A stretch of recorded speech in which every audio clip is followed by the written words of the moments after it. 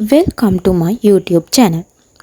ඔයත් සංගීතයට ඇහුම්කන් දෙමින් පාඩම් කරන කෙනෙක්ද? ඔයාට සංගීතයට ඇහුම්කන් දෙමින් පාඩම් කරන්න පුළුවන්ද? ඒක හොඳයිද නරකයිද? අපි යමු වීඩියෝ එකට.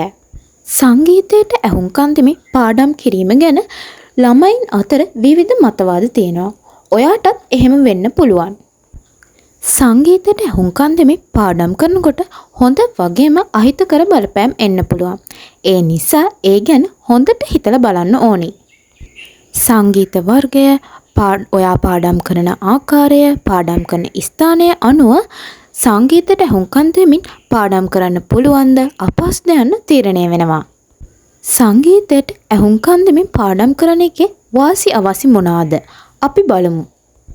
සංගීතයට ඇහුම්කන් දෙමින් පාඩම් කරන එකේ එක වාසියක් තමයි ඔයාගේ මානසික පීඩනය අඩු කරනවා. නිදහස් පරිසරයක සින්දුවක් අහගෙන පාඩම් කරනකොට ඔයාගේ මානසික පීඩනය අඩු කරන්න උදව් වෙනවා. තව වාසියක් තමයි ඔයාගේ මනෝභාවය වර්ධනය වෙනවා. ඔයා පාඩම් කරන්න උනන්දුව ඇති කරනවා. සංගීතයට ඇහුම්කන් දෙමින් පාඩම් කරන එකේ අවාසියක් තියෙනවා. එක අවාසියක් තමයි ඔයාගේ මතකයේ බිඳී යනවා. සමහර කරුණු හොඳට මතක තියාගන්න සංගීතයට ඇහුම්කන් දෙමින් පාඩම් කරනකොට බාධාවක් වෙන්න පුළුවන්. තව අවාසියක් තමයි ඔයාගේ අවධානය බිඳී යනවා.